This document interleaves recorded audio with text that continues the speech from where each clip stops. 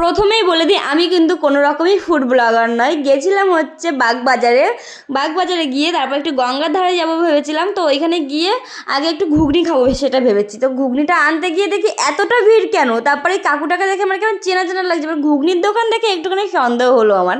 তো একটুখানি ইউটিউবে সার্চ করে দেখলাম কি লালু বুলু বলে সার্চ করে দেখলাম, দেখি কি হ্যাঁ এটা তো সেই ভাইরাল কাকুর দোকানেই আমরা চলে এসেছি।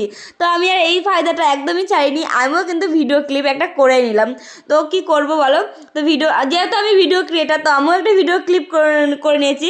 তো সত্যি কথা বলতে এইখানে ঘুগনিটা আমার খুব ভালো লাগেনি, যে খুবও খারাপ লাগেনি এটাও না, মানে মোটামুটি অ্যাভারেজ লেগেছে। মানে আমি বাড়িতে এসে দেখছিলাম যে সব ফুড ব্লগাররা মানে খুব ভালো ভালো রিভিউ দাও, মানে আমার কাছে যেটা লেগেছে সেটাই তোমাদের সাথে শেয়ার করলাম। আর এখানে দেখো মাটনের চর্বিটা কিন্তু অনেকটা পরিমাণেই ছিল, সব প্রতিটা বাইটেই মাটনের চর্বিটা পড়ছিল। আর বানির খেয়ে রিয়াকশানটা শুধু দেখো একবার। জানি না ফুড ব্লগাররা কেমনভাবে ভিডিও করে, আমি তো মানে কোনো রকমই ভয়েস দিতে পারছিলাম। তো ভিডিওটা কেমন লাগলো অবশ্যই জানিও, লাইক করুন শেয়ার করতে একদম ভুলো না। টাটা।